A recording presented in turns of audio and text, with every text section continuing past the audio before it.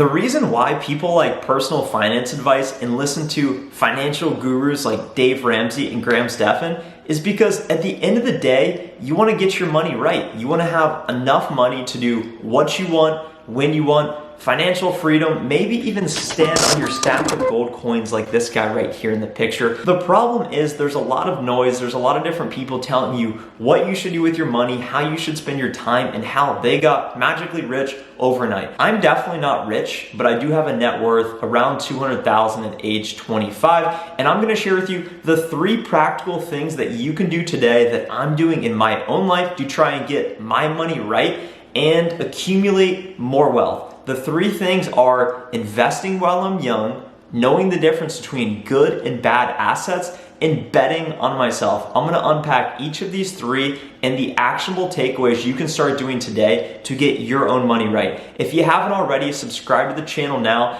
and destroy the like button. It really helps the channel. Investing while you're young. This is something that's super simple, and they say, Warren Buffett's quoted that the 8th wonder of the world is compound interest, whatever it may be. It's no secret, the earlier you start investing, the better off financially you're gonna be later in life. There's no bad time to invest. A lot of people will look at the stock market and say, I don't know, it seems expensive. I don't know if I should buy now. You can't time the market, and 3 years from now, it's still gonna look equally expensive. It's the same thing with real estate. When you say, oh, I wanna go buy a house over there, but the market's just out of hand, everything's so expensive. If you try and wait for some sort of timing or crash, then it's gonna keep going up, and in 2 to 3 to 5 years from now, everything is still going to be expensive. So it's always a good time to buy, in my opinion. If you want to sit on cash and try and wait until everything goes down or the housing market crashes, whatever it may be, then that's okay. But I'm in the camp that while I have money, cash is trash. And a lot of people will hear that and say, Trent, that's so stupid, cash is good. Personally, as soon as I make money, I invest it. And my vehicle for investing is the stock market.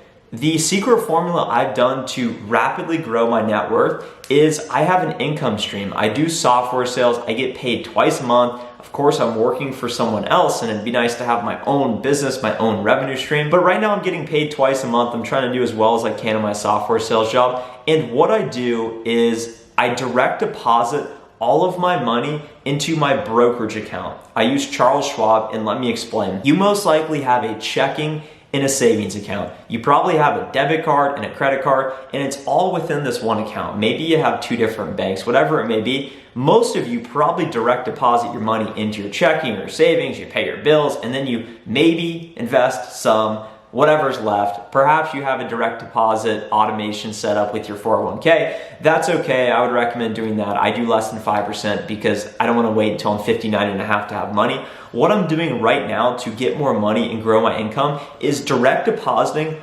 100% of my software sales income directly into my brokerage account, okay? So I get paid, let's say, $10,000 a month directly into my brokerage account. I need to pay for my expenses. I need to pay for housing. I need to pay for food. I need to pay for going out on the weekends, paying for gas, whatever it may be. So let's say my monthly expenses are $2,500. As soon as I get paid with my paycheck in my brokerage account, I wire $2,500 once a month into my checking account, and that's all I have. If I were to pull up my bank app right now, you would think I'm poor because I have less than $100 in my bank account because I don't want money in cash in my bank account. I need to pay the bare minimum for my expenses, and the rest of my money is invested.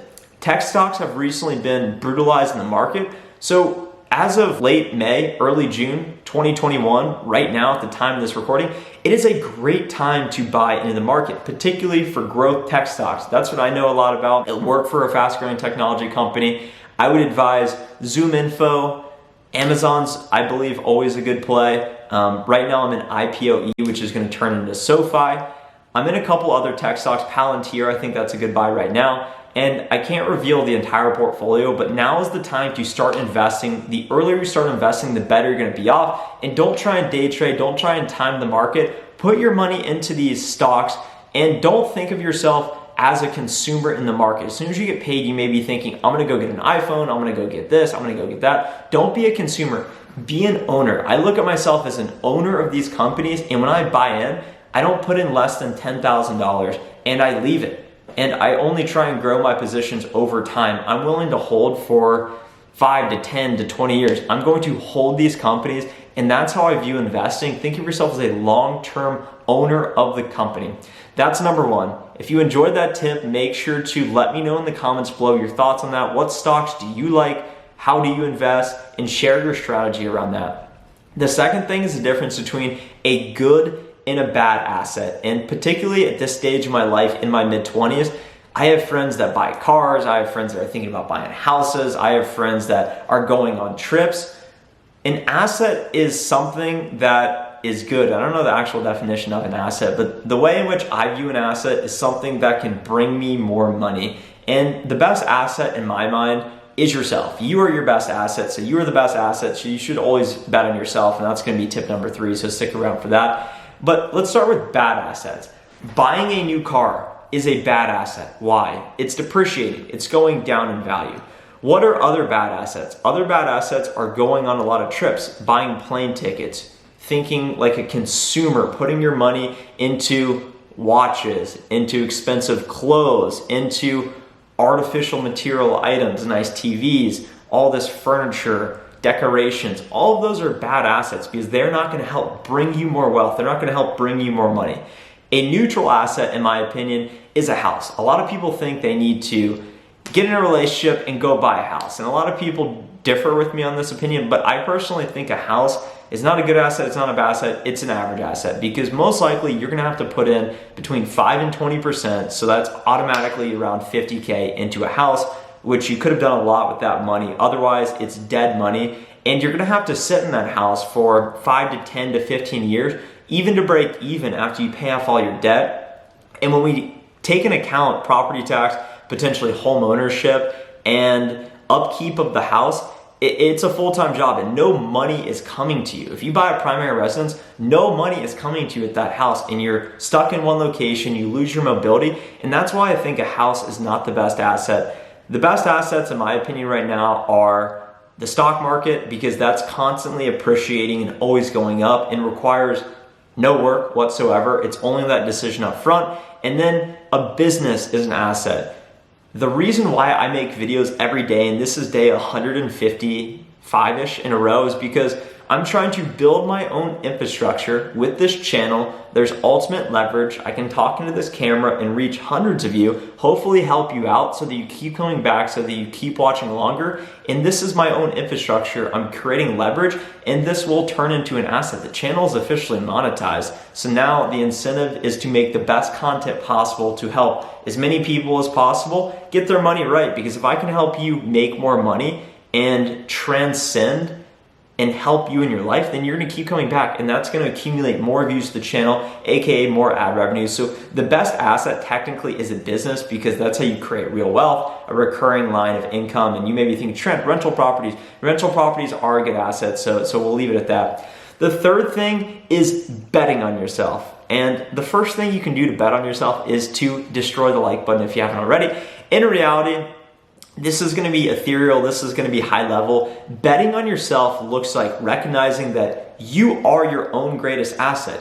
Your knowledge, the way you take care of your body, your upkeep, the value you bring to the marketplace is what will dictate your worth and your net worth and your network around you. You need to be the most reliable person to the people around you and to yourself. So betting on yourself looks like not getting belligerently drunk on the weekends, but rather reading a book, self-developing, building your own asset, and getting your mind right so that when you are executing in your own vehicle, which my vehicle is software sales, whatever you may be doing, you need to be able to bring the best of you Monday, Tuesday, Wednesday, Thursday, Friday, maybe Saturday, Sunday. Have you deserved your weekends? You need to earn your leisure time. And betting on yourself looks like constantly getting better. It's a continuous feedback loop of growth and self-development. And when you look at the greats, Tom Brady, Jeff Bezos, all of these figureheads that are viewed so positively in society because they accumulated such great success,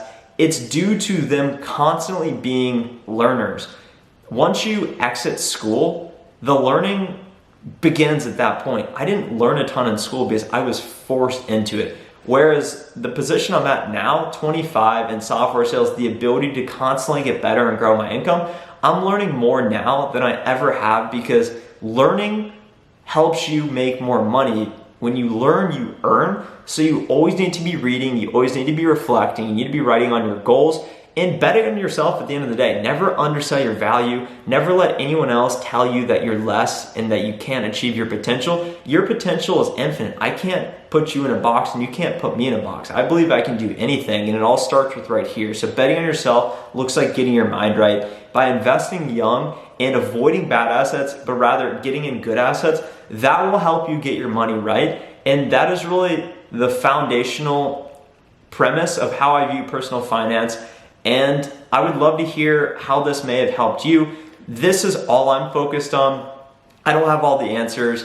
There are people out there that are younger than me that have way more. So I by no means know it all, or am saying that this is right. It's just the path I'm doing, and I will constantly iterate. So let me know what you think in the comments below. What points do you agree with? What points do you disagree with? And what would you add to build off this? Because we need to build a community of like-minded people that are helping each other constantly get better and become the best that we can be, so we can maximize our earnings and have money to do what we want, when we want, forever. Thank you so much for watching. If you enjoyed the video, subscribe to the channel. It really helps. Of course, drop a like. Share this with a friend who could benefit from this message.